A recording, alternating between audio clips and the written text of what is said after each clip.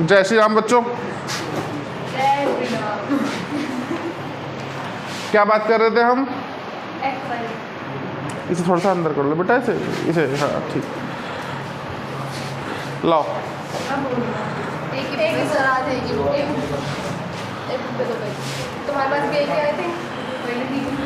अपनी चिंता करो, ठीक है।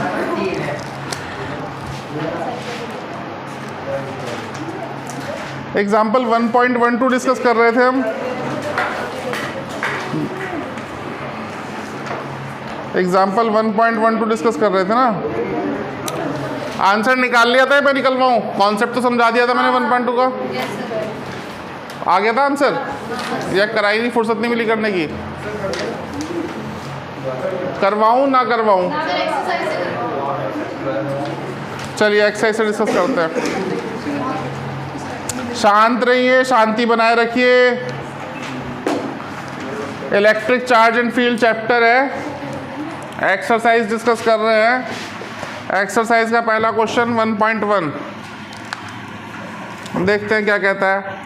What is the force between two small charge sphere, जिनके चार्जेस हमें दिए गए हैं 2 × 10⁻⁷ और 3 × 10⁻⁷ गुलाम 30 सेंटीमीटर के सेपरेशन पे रखे हुए हैं, ठीक है।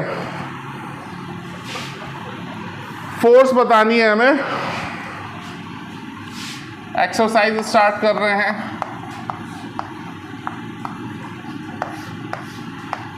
क्वेश्चन नंबर 1.1, दो स्फीयर्स हैं जिनके बीच का सेपरेशन हमें दिया है 30 सेंटीमीटर। चार्जेस दिए हैं 2 × 10⁻⁷ कूलाम एंड 3 × 10⁻⁷ कूलाम। फोर्स बतानी है। जैसा जानते हैं आप K Q1 Q2 bye R²। जब तक ना पूछूं तब तक ना बोलिए। 9 × 10⁹, 2 × 10⁻⁷, 3 × 10⁻⁷। डिस्टेंस सेंटीमीटर में है। आपको आता है, बहुत अच्छे से करना जानते हैं आप लोग, लेकिन आप लोग हमेशा एक गड़बड़ करते हैं। सभी स्टूडेंट्स के लिए बता रहा हूँ, यूनिट कन्वर्ट करना भूल जाते हैं, जिसकी वजह से कई बार मिस्टेक होती है।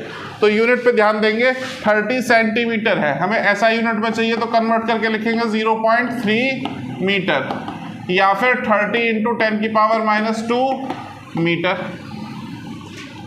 तो ये हो जाएगा 0.3 का स्क्वायर। कैलकुलेशन कर सकते हैं। ये कितना हो गया? 9 × 2 × 3। पावर की बात करें तो 10⁻⁹ -7 0.3 का स्क्वायर 0.09। ये कितनी बार कटेगा? 100। तो 3 × 2 = 6। और ये कितना आया?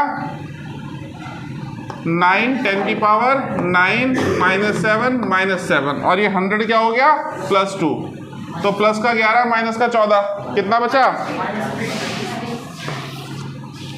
फोर्स आ गई 6 × 10⁻⁻³ न्यूटन। चेक करिए, यही आंसर है। समझ आया? समझने जैसा कुछ था नहीं इसमें। फॉर्मूले में वैल्यू प्लेस करनी थी और क्वेश्चन फाइंड आउट करना था, आंसर फाइंड आउट करना था। बहुत जल्दी नोट करिए, आगे चलते हैं फिर।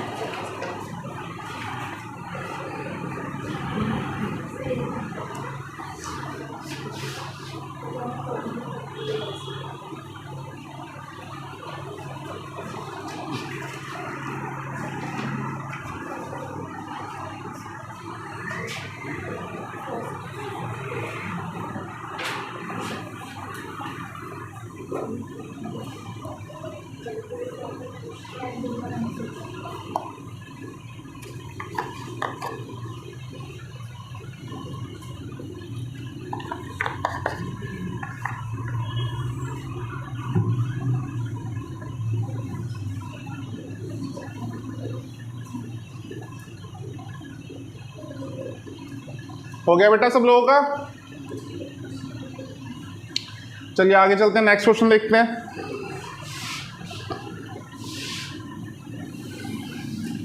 रब कर देना इसको।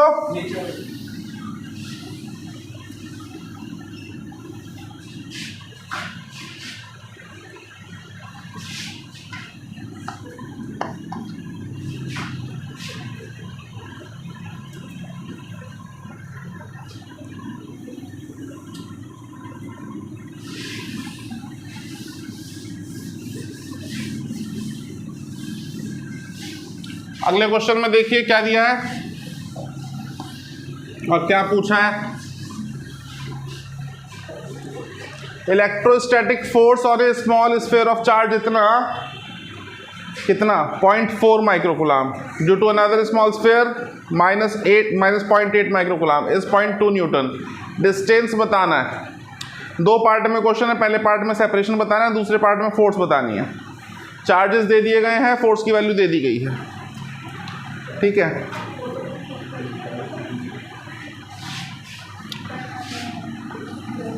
एक बॉडी 0.4 माइक्रोकूलम, दूसरी बॉडी -0.8 माइक्रोकूलम। फोर्स लग रही है इनके बीच में कितनी 0.2 न्यूटन। इनके बीच में सेपरेशन r, जिसकी वैल्यू हमें पता करनी है। तो फॉर्मूला जानते हैं कूलम्ब्स लॉ का, K Q1 Q2 बाय तो R square K Q1 Q2 by F 9 × 10⁹। पहला चार्ज 0.4 माइक्रोकूलम। जिन बच्चों को नहीं पता बता दूं, माइक्रोकूलम के लिए 10⁻⁻⁶। दूसरा 0.8 माइक्रोकूलम।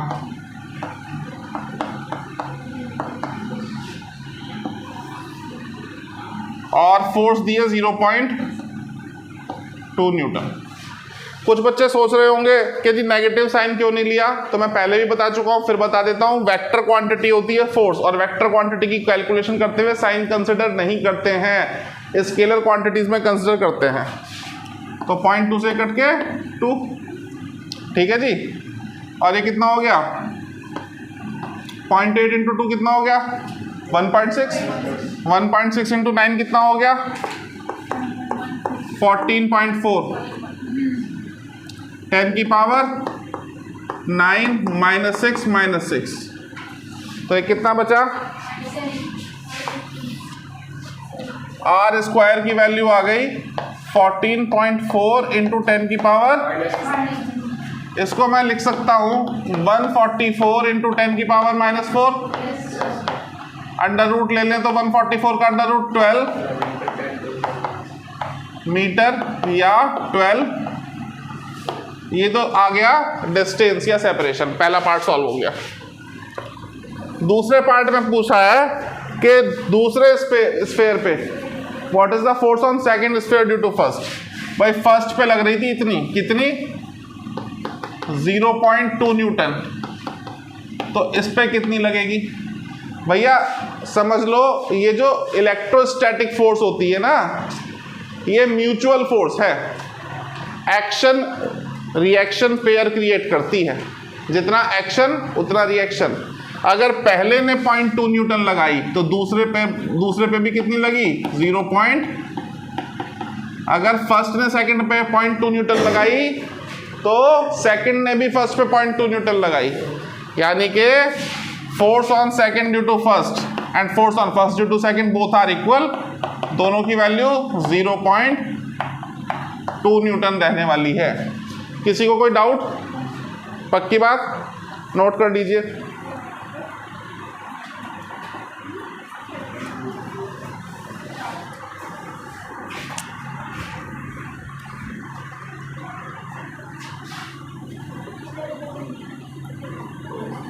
ये दो कॉपी मत बनाया करो, एक्सरसाइज के लिए अलग, थ्योरी के नोट्स के लिए अलग।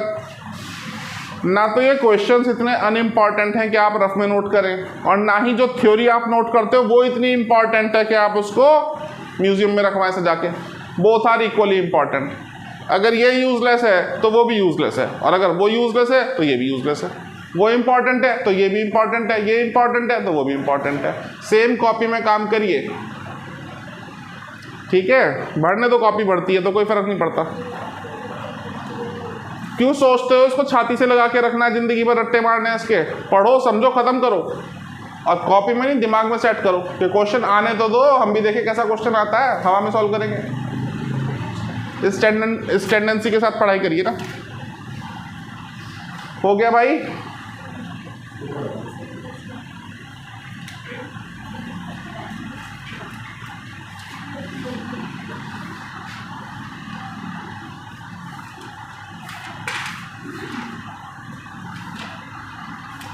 रब कर दें।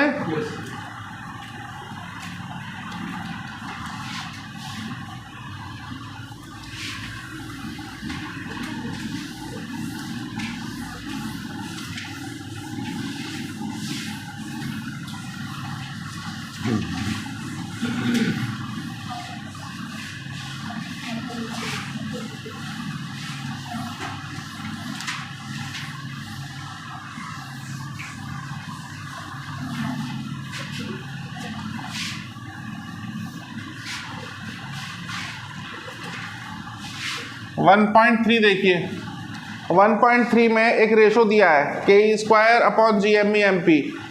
उसको डायमेंशनलेस प्रूव करना है, फिजिकल कांस्टेंट की टेबल से वैल्यू फाइंड आउट करके इसकी वैल्यू बतानी है और इसका सिग्निफिकेंस बताना है। क्वेश्चन एक ही है, लेकिन एक क्वेश्चन के अंदर 3 क्वेश्चन छुपे हुए हैं, पार्ट्स नहीं डाले हैं।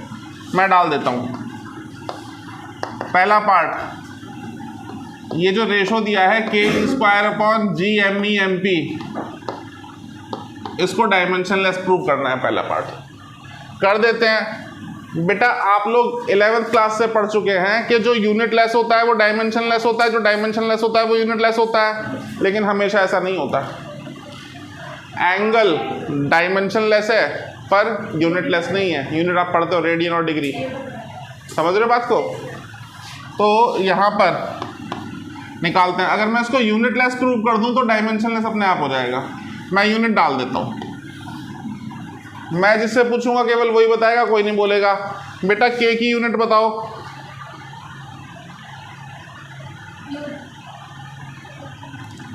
पढ़ते नहीं हो तुम। न्यूटन मीटर स्क्वायर अपॉन, याद है तो घबरा क्यों रहे हो? 2 ही बातें होंगी, या गलत होगा या सही होगा, इसके अलावा कुछ नहीं होगा। जिन्हें याद नहीं है याद करिए, कई बार बता चुका। याद आई?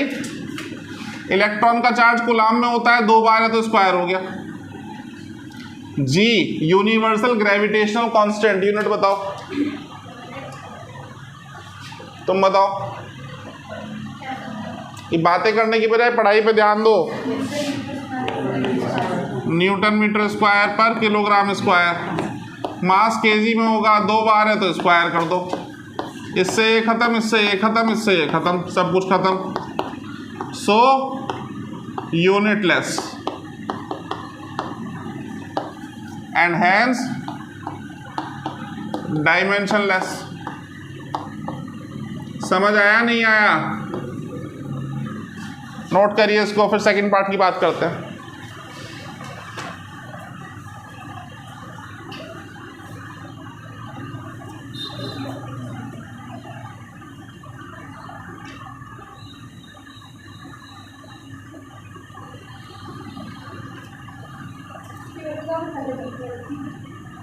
दोबारा कर लेंगे, क्या हो गया?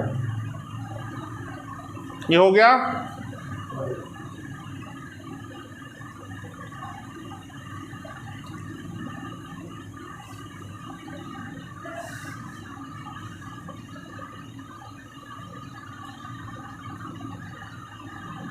हो गया बच्चों?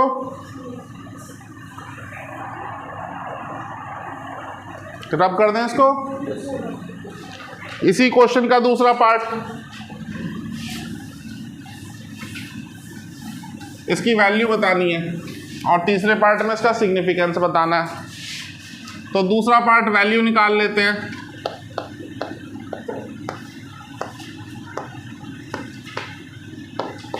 पहले भी निकाल चुके हैं हालांकि हम। 9 × 10⁻⁹ इलेक्ट्रॉन का चार्ज 1.6 10⁻⁻⁹।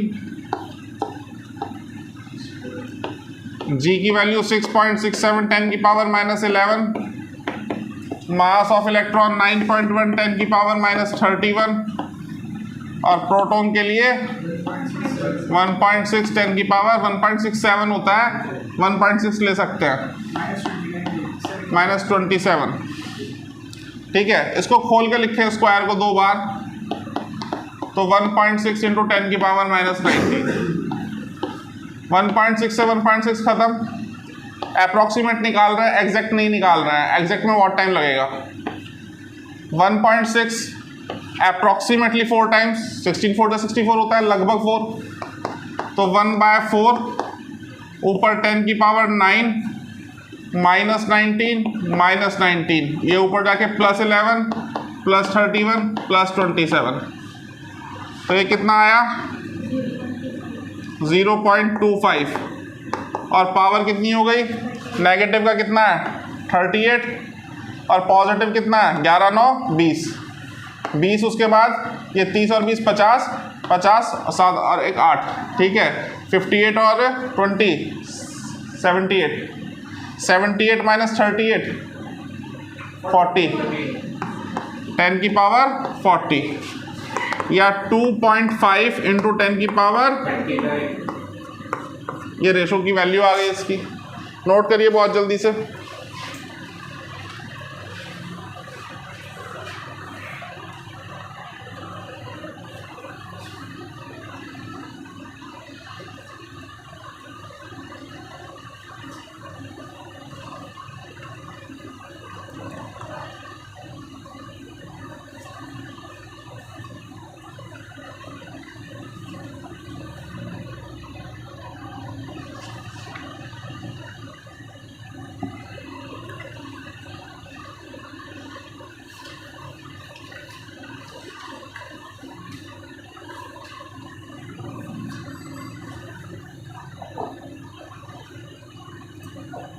हो गया बेटा,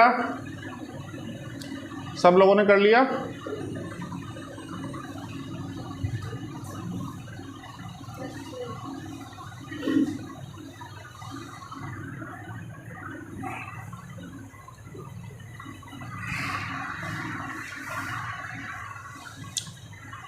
रब कर दे भाई इसको।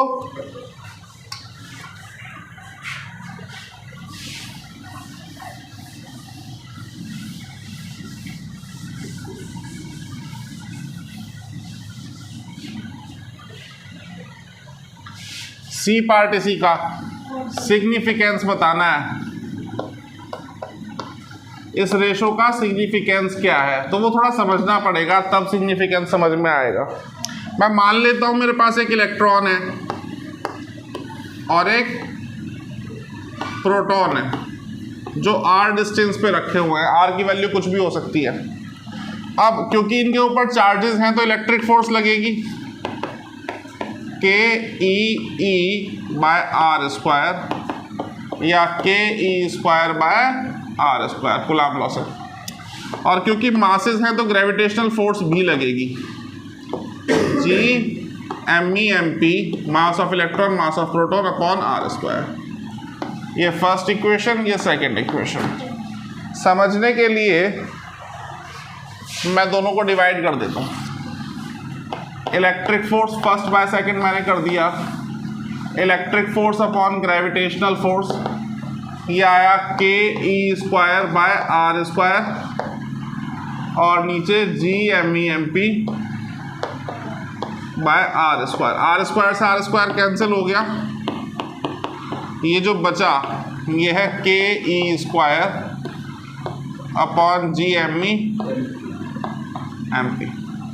यही रेशो तो था जिसकी बात कर रहे थे। तो ये रेशो है क्या, ये रेशो इलेक्ट्रिक फोर्स और ग्रेविटेशनल फोर्स का रेशो है, जिसकी वैल्यू कितनी आ रही है, एग्जैक्ट बात करूं तो 2.2 इंटू 10 की पावर 39। इसका मतलब ये जो इलेक्ट्रिक फोर्स है दोनों पार्टिकल के बीच, वो ग्रेविटेशनल से इतने टाइम स्ट्रांग है। तो ये सिग्निफाई करता है electric force is very very highly strong in comparison to the gravitational force. This is the significance, note कर लीजिए। क्या लैंग्वेज में लिख सकते हैं?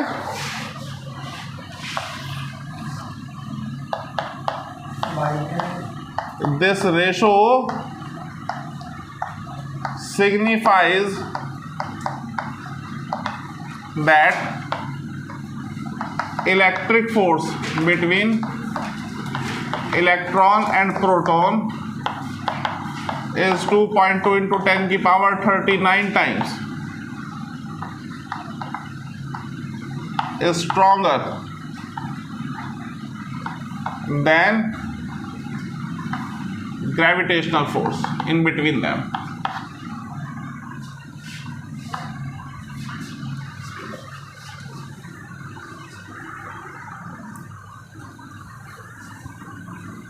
समझ आया भाई?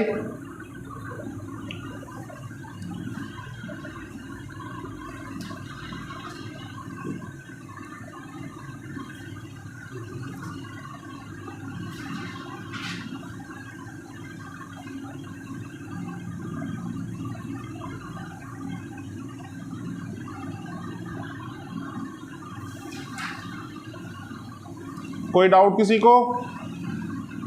कितने अच्छे बच्चे हैं, डाउट नहीं आता, सब समझ में आता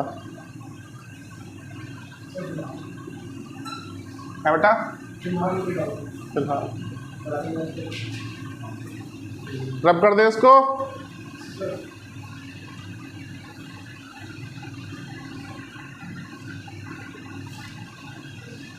कर लिया बेटा? हो गया? नोट कर लिया? अच्छा, रेस्पॉन्स टाइम ज़्यादा है तुम्हारा, कुछ केमिकल्स कंज्यूम कर रखे हैं क्या?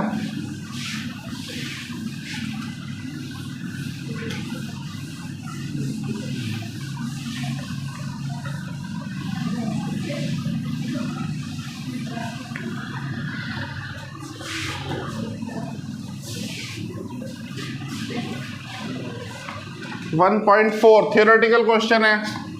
क्वांटाइजेशन ऑफ चार्ज क्या होता है? चैप्टर के बीच में पढ़ा चुका हूँ, एक बार फिर बता देता हूँ। बताऊँ? चलो बता देते हैं। क्वांटाइजेशन ऑफ चार्ज को एक्सप्लेन करने के लिए कह रहे हैं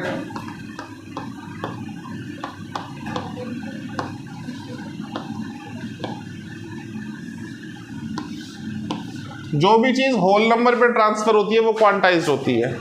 चीजों का ट्रांसफर दो तरीके से होता है। ट्रांसफर, मटेरियल का ट्रांसफर दो तरीके से होता है, एक डिस्क्रीट और एक कॉन्टिन्यूअस। ठीक है? डिस्क्रीट जैसे कि आप कोई चीज परचेज करने गए, आपने होल नंबर में मांगी। सपोज करिए आपने बिस्किट के पैकेट परचेज किए, तो आप कैसे परचेज करेंगे? 2, 3, 4, 5, 10, है ना? 5.5 पैकेट नहीं आ सकते, 3.25 पैकेट नहीं आ सकते, 3.25 पैकेट नहीं आ सकते, 2.5 पैकेट नहीं आ सकते, 1.5 पैकेट नहीं आ सकते, फ्रैक्शन में नहीं मिलेंगे। तो ये क्या है? डिस्क्रीट। लेकिन आप ऑयल परचेज करने गए, mustard oil, sunflower oil, coconut oil, कोई भी ऑयल, आपकी चॉइस है। 10 ml, 20 ml, 25 ml, 25.5 ml, कितना मर्जी ले लो, 250 ml, 300 ml, कॉन्टिन्यूस वो फ्लो कराता रहेगा अपने कंटेनर से आपके कंटेनर में। जब आप कह दोगे रुक जा, रुक जाएगा। ये काम आप ऐसे ऑब्जेक्ट्स में नहीं कर सकते जो पैकेट की फॉर्म में आते हैं। 1.5 शर्ट नहीं खरीद सकते, 2.5 जीन्स नहीं खरीद सकते, समझ रहे बात को? 3.25 जूते नहीं खरीद सकते, समझ रहे बात को? तो जो भी चीज़ कॉन्टिन्यूस फ्लो करती है दैट इज कॉन्टिन्यूस ट्रांसफर, और जो पैकेट्स की फॉर्म में ट्रांसफर हो रहा है दैट इज डिस्क्रीट। डिस्क्रीट के लिए ही शब्द इस्तेमाल होता है क्वांटाइज्ड। जो भी चीज इंटीजर में मिले, ठीक है, फ्रैक्शन में ना मिले, डेसिमल में ना मिले, हर वो चीज क्या है? क्वांटाइज्ड। समझ रहे हो? बिस्किट के पैकेट्स कैसे हैं? क्वांटाइज्ड। वाटर बॉटल कैसी है? क्वांटाइज्ड। वही वाटर ओपनली आप परचेज करो, है ना, तो आपकी चॉइस है, 2 लीटर लो या 2.5 लीटर लो, लेकिन बॉटल तो फिक्स्ड आएगी। 2, 3, 4, 5 इंटीजर की फॉर्म में, होल नंबर की फॉर्म में, तो वो क्या हो गई? क्वांटाइज्ड। समझ में आ रही बात मेरी? ओके। अब साइंस में बहुत सारी चीजें क्वांटाइज्ड है। लाइट को कहा जाता है वेव थ्योरी भी है और फोटोन थ्योरी भी है ना? फोटोन थ्योरी में ऐसा माना जाता है लाइट छोटे छोटे पैकेट्स ऑफ एनर्जी की फॉर्म में आती है, जिनको हम क्या कहते हैं? फोटोन्स। और हर एक फोटोन की एनर्जी उसकी फ्रीक्वेंसी पर डिपेंड करती है। That is what we call photon theory, Planck's photon theory. ऐसे तो फोटोन की फॉर्म में लाइट आ रही है, तो लाइट भी क्या है? क्वांटाइज्ड। ठीक है? ऐसे ही इलेक्ट्रॉन मूव करता है ऑर्बिट्स में, तो ऑर्बिट्स भी कैसे हैं, क्वांटाइज्ड। 11th क्लास में एटॉमिक स्ट्रक्चर चैप्टर है, क्वांटम नंबर पढ़े होंगे आपने, प्रिंसिपल क्वांटम नंबर, क्वांटाइज्ड होते हैं। प्लैनेट्स भी सन के अराउंड मूव कर रहे हैं अपने ऑर्बिट में, वो भी कैसे हैं, क्वांटाइज्ड। ऐसे यहाँ पे चार्ज भी जब ट्रांसफर होगा एक बॉडी से दूसरी बॉडी पर, तो किसकी फॉर्म में ट्रांसफर होता है, इलेक्ट्रॉन की फॉर्म में। ऐसा कभी नहीं होगा 2.5 इलेक्ट्रॉन ट्रांसफर हो जाए, 2.67 इलेक्ट्रॉन ट्रांसफर हो जाए, 1.34 इलेक्ट्रॉन ट्रांसफर हो जाए। इलेक्ट्रॉन जब भी ट्रांसफर होगा होल नंबर की फॉर्म में होगा। तो एक स्मॉलेस्ट पॉसिबल वैल्यू मान लें हम चार्ज की, इलेक्ट्रॉन है, जो कि होती ही है, ठीक है। तो चार्ज भी कैसा है, क्वांटाइज्ड। एक बॉडी ने दूसरी बॉडी को कुछ चार्ज दे दिया,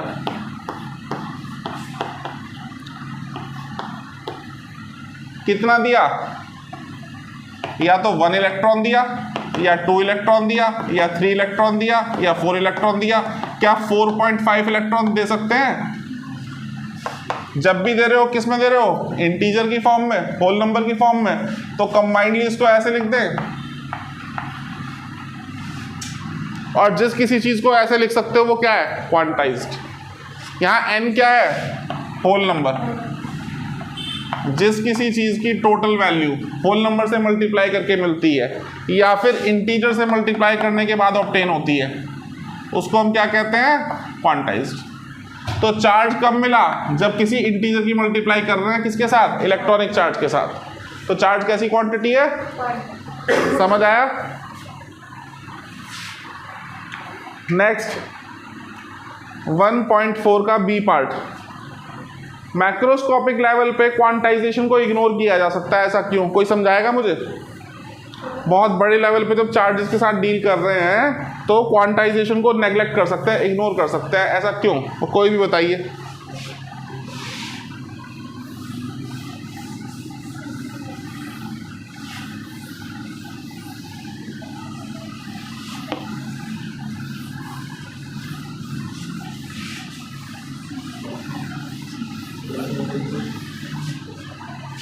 बताइए कोई भी। बेटा हाँ हाँ, बल्क को मैक्रोस्कोपिक बल्क को ही कहते हैं। जब बल्क में क्यों इग्नोर कर सकते हैं, रीजन पूछ रहा हूँ।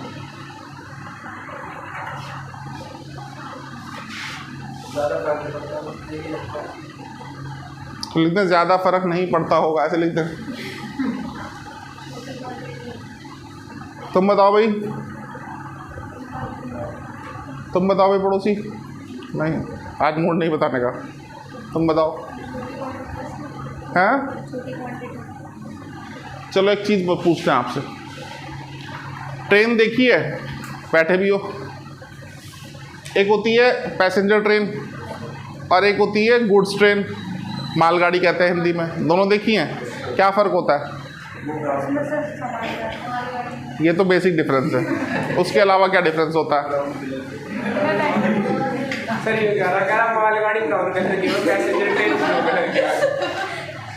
फालतू बात नहीं, काम की बात।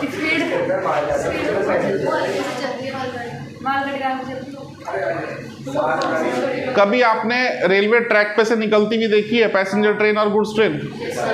मालगाड़ी जो होती है उस पर कभी ऑब्जर्व करिएगा, है ना, जो उसके कैरियजेस होते हैं वो ज़्यादा होते हैं। पैसेंजर ट्रेन में कितने मिलेंगे, 7-8 कोचेज़ मिलेंगे, उस पर 70, 80, 100 भी मिल जाते हैं, 100 से ऊपर भी मिल जाते हैं। कोई बच्चा खड़ा था रेलवे ट्रैक के किनारे और वो गिन रहा था कितने डिब्बे हैं। 2, 4, 5, 10 तक तो याद रहे, उसके बाद पता नहीं कितने, कब गिनती बिगड़ी और कब सारे एक जैसे दिखाई देने लगे। कभी करना ऐसा ही होता है हमेशा। मेरे कहने का मतलब ये है कि डिस्क्रीट ट्रांसफ़र कभी भी कॉन्टिन्यूस नहीं होता, लेकिन कॉन्टिन्यूस के जैसा लगने लगता है, कॉन्टिन्यूस की तरह बिहेव करने लगता है। समझ रहे बात को? अगर ये जो रेल के डब्बे हैं ये बड़े बड़े हैं बहुत और 4-5 है तो गिनती करना बड़ा आसान, 1, 2, 3, 4, 5 ट्रेन निकल गई आराम से, है ना। एक्सप्रेस ट्रेन के भी गिन लेंगे। और अगर साइज थोड़ा छोटा कर दिया जाए, नंबर थोड़ा ज़्यादा कर दिया जाए, तो काउंटिंग बिगड़ेगी, पता ही नहीं चलता नज़रों का धोखा कब कितने निकल गए। तो वही चीज़ है यहाँ पे। लॉजिक क्या है, क्वांटाइजेशन ऑफ चार्ज में टोटल चार्ज होता है Q = ±NE। अगर n की वैल्यू बहुत ज़्यादा और e की वैल्यू बहुत कम हो जाए तो ये ऐसे बिहेव करता है जैसे कि कॉन्टिन्यूअस हो। रेल के डब्बे छोड़ो, स्कूल में, किसी कॉलेज में, किसी इंस्टीट्यूशन में बच्चे निकल रहे हैं लाइन बना करके, 4 बच्चे गए तो आप इजीली काउंट कर लोगे। कॉलेज के हैं 4 स्टूडेंट्स जा रहे हैं, आप आराम से बता दोगे 4 गए। नर्सरी के 400 बच्चे जा रहे हैं, गिन के दिखा देना। बात मेरी समझ में आ रही है? साइज छोटा, इतने से इतने पे आ गए और नंबर 100 टाइम्स बढ़ा दिया, तो गिनते गिनते गिनती कब बिगड़ेगी कुछ पता ही नहीं चलता। तो कहने का मतलब जब नंबर बहुत ज़्यादा हो जाता है और साइज बहुत छोटा हो जाता है तो डिस्क्रीट चीज़ें ऐसे बिहेव करती है जैसे कि वो कॉन्टिन्यूस हो। डिस्क्रीट ना होकर के कैसी हो? कॉन्टिन्यूस। मतलब देखने में ऐसे फीलिंग आती है। और अच्छा एग्जांपल देता हूँ, पानी, साइंस के स्टूडेंट हो, आप बड़ी बॉटल से छोटी बॉटल में ग्लास में पानी डाल रहे हो, तबीयत ठीक है तुम्हारी? लग नहीं रही, ठीक है। बड़ी बॉटल से किसी ग्लास में पानी डाल रहे हो, साइंस के स्टूडेंट को पता है वाटर मॉलिक्यूल्स जा रहे हैं, H2O मॉलिक्यूल्स जा रहे हैं माइक्रोस्कोपिक लेवल पे। ड्रॉप्स में डाल लो, ड्रॉप्स तो गिन सकते हो, ड्रॉप तो गिन सकते हो, लेकिन अब ड्रॉप्स इनफाइनाइट नंबर की हो जाएं और बहुत जल्दी जल्दी ट्रैवल करें और ड्रॉप्स का साइज छोटा हो जाए तो वो धार बन जाती है, स्ट्रीमलाइन फ्लो। फिर गिन के दिखा दो। तो दिखता कैसा है? कॉन्टिन्यूअस। पानी ही है, ड्रॉप ड्रॉप करके डाल रहे हो तो दिखाई देगा पानी ही है। आपने क्या करा? बहुत सारा डाला तो नंबर बहुत ज़्यादा हो गया। वो तो मॉलिक्यूल से ट्रांसफर रहे हैं, पहले भी हो रहे थे, बाद में भी हो रहे थे। मॉलिक्यूल भी छोड़ो नहीं दिखते, ड्रॉप से ट्रांसफर हो रही हैं। जब आ रहा स्लो स्पीड पे कम ड्रॉप्स ट्रांसफर हो रही थी तो गिन पा रहे थे, दिखाई दे रही थी। जब ज़्यादा ड्रॉप्स ट्रांसफर हो रही हैं और ड्रॉप्स का साइज छोटा है तो क्या हुआ? गिन पाना मुश्किल। आपको लगता है कॉन्टिन्यूस फ्लो हो रहा है, होता कुछ भी कॉन्टिन्यूस नहीं है, क्योंकि किसी भी चीज़ को छोटी एंटिटी में तोड़ सकते हो। मोल तो पढ़ा है आपने, मोल कॉन्सेप्ट जानते हो। तो हो तो पार्टिकल से ट्रांसफर रहे हैं, मॉलिक्यूल से ट्रांसफर रहे हैं, लेकिन गिन नहीं पाते। क्यों नहीं गिन पाते? क्योंकि साइज बहुत छोटा हो गया और नंबर बहुत बड़ा हो गया।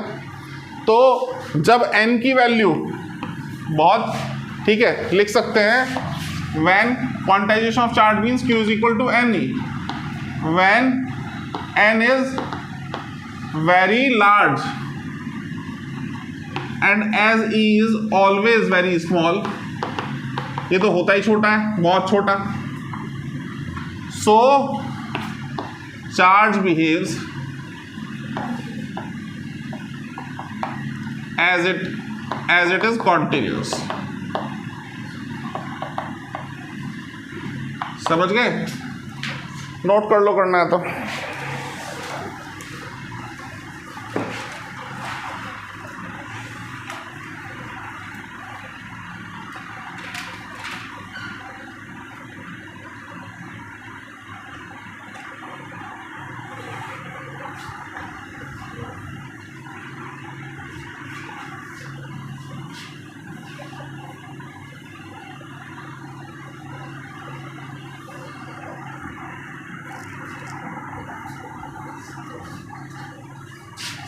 कॉन्टिन्यूस नहीं, बिहेव्स एज कॉन्टिन्यूस।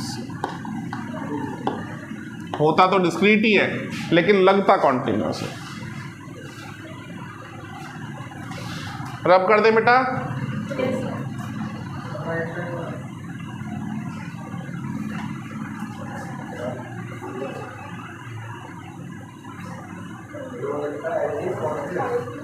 हाँ, हो गया बेटा?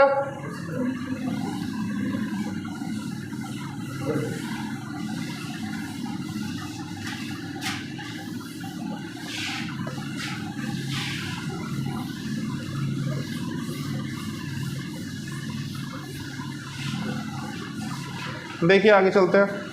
क्वेश्चन नंबर 1.5, ये भी थियोरेटिकल है। एक ग्लास की रॉड है,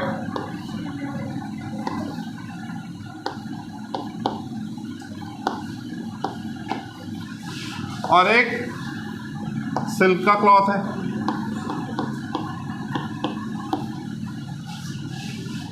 दोनों को आपस में रगड़ा तो कुछ इलेक्ट्रॉन ट्रांसफर हो गए, ठीक है। तो ये फिनोमिना कंसिस्टेंट है with the conservation of charge. Conservation of charge को फॉलो कर रहा है, ये प्रूव करना है, समझाना है, एक्सप्लेन करना है। भाई पहले इसके पास 5 इलेक्ट्रॉन 5 प्रोटॉन थे समझने के लिए, इसके पास 4 इलेक्ट्रॉन 4 प्रोटॉन थे, दोनों न्यूट्रल थे। इसने कुछ इलेक्ट्रॉन्स दे दिए, कितने? 3 इलेक्ट्रॉन दे दिए, तो इसके ऊपर नेगेटिव और इसके ऊपर आ गया। लेकिन इस रूम के अंदर इसको एक आइसोलेटेड सिस्टम मान लें, तो क्या जितने इलेक्ट्रॉन पहले थे उतने ही बाद में भी रहेंगे? कोई इलेक्ट्रॉन डिस्ट्रॉय तो नहीं हुआ, कोई क्रिएट तो नहीं हुआ, तो कंजर्व है। एक रूम के अंदर 2 ऑब्जेक्ट हैं, एक टेबल है एक चेयर है। टेबल ने 10 इलेक्ट्रॉन चेयर को दे दिए, तो चेयर पे नेगेटिव आ गया, टेबल पे पॉजिटिव आ गया, लेकिन रूम के अंदर जितने इलेक्ट्रॉन थे उतनी अब भी है, तो चार्ज कंजर्व है। चार्ज का रिप्रेजेंटेटिव कौन है? इलेक्ट्रॉन। जितने इलेक्ट्रॉन पहले थे उतने ही बाद में है। चार्ज क्रिएट तो नहीं हुआ, डिस्ट्रॉय तो नहीं हुआ, तो चार्ज कंजर्व है। ऐसे ही किसी भी बॉडी ने किसी भी बॉडी को जब इलेक्ट्रॉन ट्रांसफर किए तो चार्ज आया, लेकिन यूनिवर्स में जितने इलेक्ट्रॉन्स थे अब भी उतने ही है, तो चार्ज कैसा है? कंजर्व। सिंपल। तो 2 तरीके हैं इसको कहने के। आइसोलेटेड सिस्टम पे चार्ज कंजर्व रहता है, या वही बच्चों वाली डेफिनेशन 8th स्टैंडर्ड से रटते आ रहे हैं, charge can neither be created nor be destroyed, it can only be transferred from one body to another. Simple. फिर से न्यूमेरिकल आया 1.6, ये अच्छा क्वेश्चन है। 4 पॉइंट चार्जेस हैं A B C D, 2 -5 2 -5, corner पे रखे हैं स्क्वायर के। स्क्वायर की साइड है 10 सेंटीमीटर, सेंटर पे एक 1 माइक्रोकूलम का चार्ज है, तो उस पर फोर्स बतानी है। तो बहुत ज़्यादा सिंपल क्वेश्चन है, पहले ही करा चुका मैं इस टाइप के बहुत सारे आप लोगों को। 1.6 देखिएगा, एक स्क्वायर है A B C और D, यहाँ कितना रखा है? 2 माइक्रोकूलम। फिर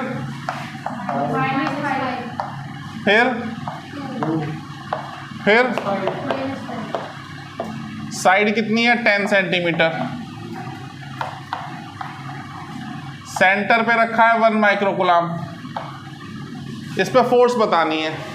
तो 2 तरीके, बोर्ड पे करने का अलग तरीका और कॉम्पिटिटिव का अलग तरीका। कॉम्पिटिटिव के लिए तो सिंपल, देखो जितनी फोर्स ये लगाएगा उतनी ये भी लगाएगा। भाई ये फोर्स A की वजह से, तो ये फोर्स C की वजह से। जितना चार्ज यहाँ है उतना ही यहाँ है, जितना डिस्टेंस यहाँ से A पॉइंट का है उतना ही डिस्टेंस C पॉइंट का है। फोर्स 2 बातों पे डिपेंड करती है, एक तो चार्ज पे और एक डिस्टेंस पे। चार्ज बराबर 2 और 1, 2 और 1। डिस्टेंस बराबर, अगर ये R है तो ये भी R है, R की वैल्यू कितनी होगी? 10 है ना। डायगोनल कितना होता है? 10√2 बाय 2 कर देंगे 5√2। तो डिस्टेंस बराबर है, चार्ज भी बराबर है, तो फोर्स भी तो बराबर होगी। और जब इक्वल वैल्यू की फोर्सेस अपोजिट डायरेक्शन में लगेंगी तो कैंसिल हो जाएंगी। ऐसे इन दोनों की फोर्सेस भी कैंसिल हो जाएंगी। बी वाला क्या करेगा? इसको अपनी तरफ अट्रैक्ट करेगा। ये क्या है? फोर्स ड्यू टू बी, इसको F' कह देता हूँ। तो ऐसे ये भी तो अपनी तरफ अट्रैक्ट करेगा, फोर्स ड्यू टू डी, ये भी F' होगी, ये कैंसिल हो जाएंगी। तो नेट फोर्स कितनी आ गई? निकालने की जरूरत ही नहीं है, simple. Due to symmetry the forces due to opposite charges cancel out and the net force is 0। लेकिन बोर्ड में आप ऐसे नहीं करेंगे। बोर्ड में आप क्या करेंगे? चारों की वैल्यू निकालेंगे। पहले आप निकालेंगे force on 1 microcoulomb due to A, value आएगी कुछ। फिर आप बताएंगे force on 1 microcoulomb due to C, वही वैल्यू आएगी। फिर आप एक लाइन लिखेंगे, these two forces are in opposite direction, that is why they will cancel out each other. ठीक है, ऐसे ही B और D की कैंसिल करके दिखाएंगे। फिर आप बताएंगे so net force is 0 due to symmetry, है ना। ऑब्जेक्टिव पेपर में कोई आपसे एक्सप्लेनेशन नहीं मांगता, तो डायरेक्ट आंसर 0 दिखाई दे रहा है हमें।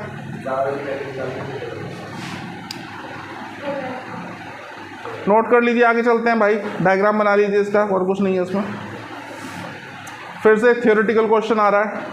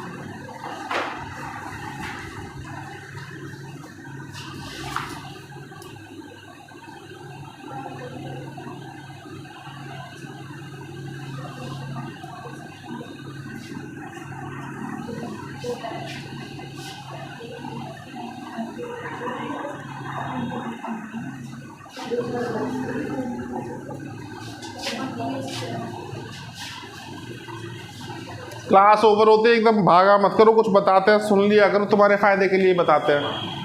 रब कर दे इसको।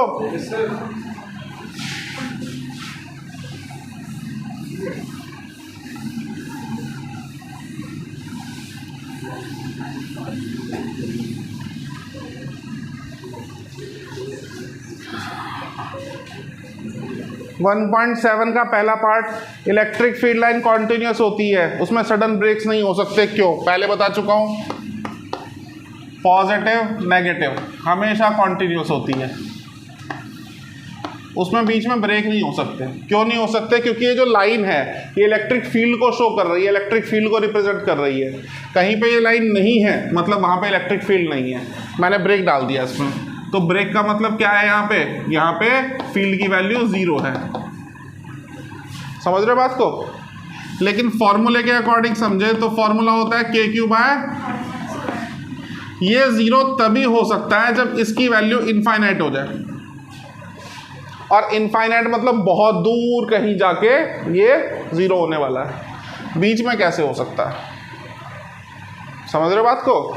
यहाँ फील्ड है, यहाँ फील्ड है, बीच में से गायब, मतलब सडन ब्रेक का मतलब क्या है? वैल्यू इनफाइनाइट होगी। इनफाइनाइट पॉसिबल नहीं है, तो दो चार्जेस के बीच में कभी फील्ड लाइन एब्सेंट नहीं हो सकती, क्योंकि दो चार्जेस के बीच में डिस्टेंस इनफाइनाइट, इन्फिनिटी पे जाके वैल्यू 0 हो रही है ना, तो that is why it can not have sudden breaks. Electric field is inversely proportional to distance का square, it will become 0 only when the distance will become infinite, so it can not be discontinuous or it cannot have sudden breaks। B part देखते हैं, दो field line cross क्यों नहीं कर सकती? तो 10th class से रट्टा मारते आ रहे हो तुम। अगर ये इंटरसेक्ट कर गई तो जिस पॉइंट पे इंटरसेक्ट करेंगी वहां दो टेंजेंट बनेंगे, और दो टेंजेंट का मतलब दो डायरेक्शन, जो कि प्रैक्टिकली पॉसिबल है नहीं, इसलिए ये कभी इंटरसेक्ट करती नहीं। सिंपल, बड़े बेसिक से क्वेश्चन। 1.8 थोड़ा सा ठीक आया, इसको करवा देते हैं। 2 पॉइंट चार्जेस है, नोट करिए इसको।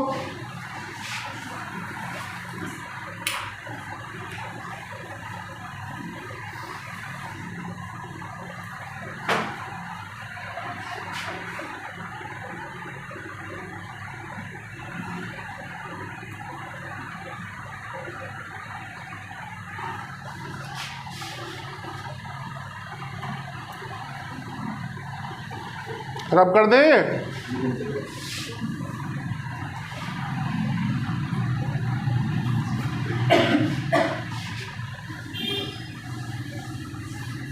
हो गया बेटा?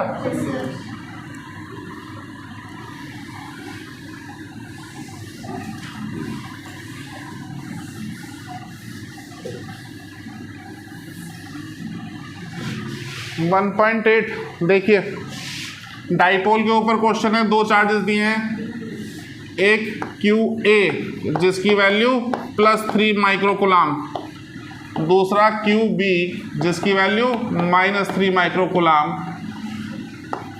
दोनों के बीच में डिस्टेंस दिया है 20 सेंटीमीटर। यहाँ पर मिड पॉइंट पर, जो कि कितना होगा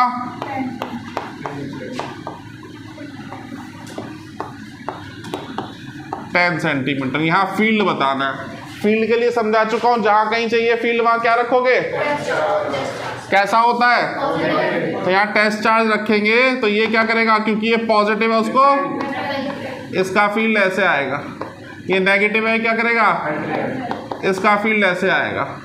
क्या दोनों चार्ज बराबर है, क्या दोनों का डिस्टेंस भी बराबर है, तो क्या फील्ड भी बराबर आएगा। तो अगर मुझे टोटल फील्ड चाहिए तो मैं दोनों को ऐड कर दूं, काम हो जाएगा, काम खत्म।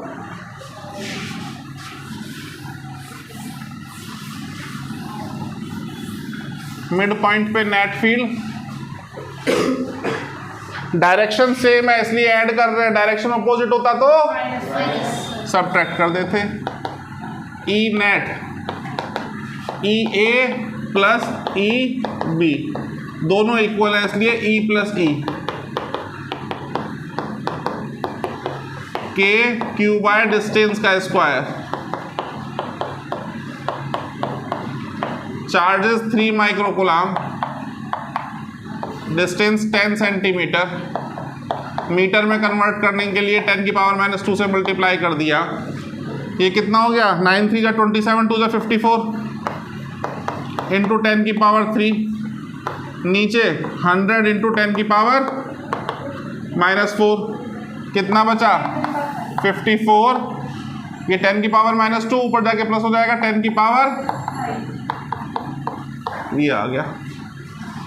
चाहे तो इसको लिख सकते हैं 5.4 इंटू 10 की पावर 6 न्यूटन पर कूलम। बी पार्ट भी इसी के साथ खत्म है। कह रहे हैं यहाँ एक टेस्ट चार्ज रख दिया Q0, उस पर कितनी फोर्स लगेगी।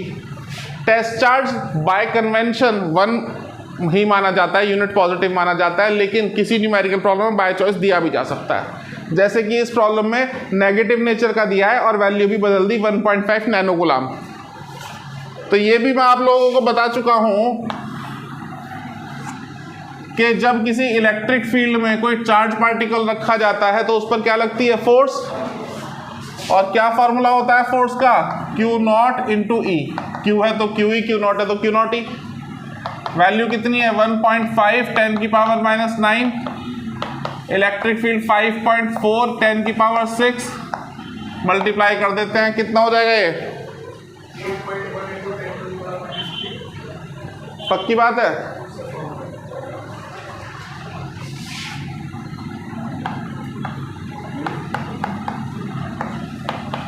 चेक करना, यही आंसर है, हाँ -3 चेक करना भाई, यही है।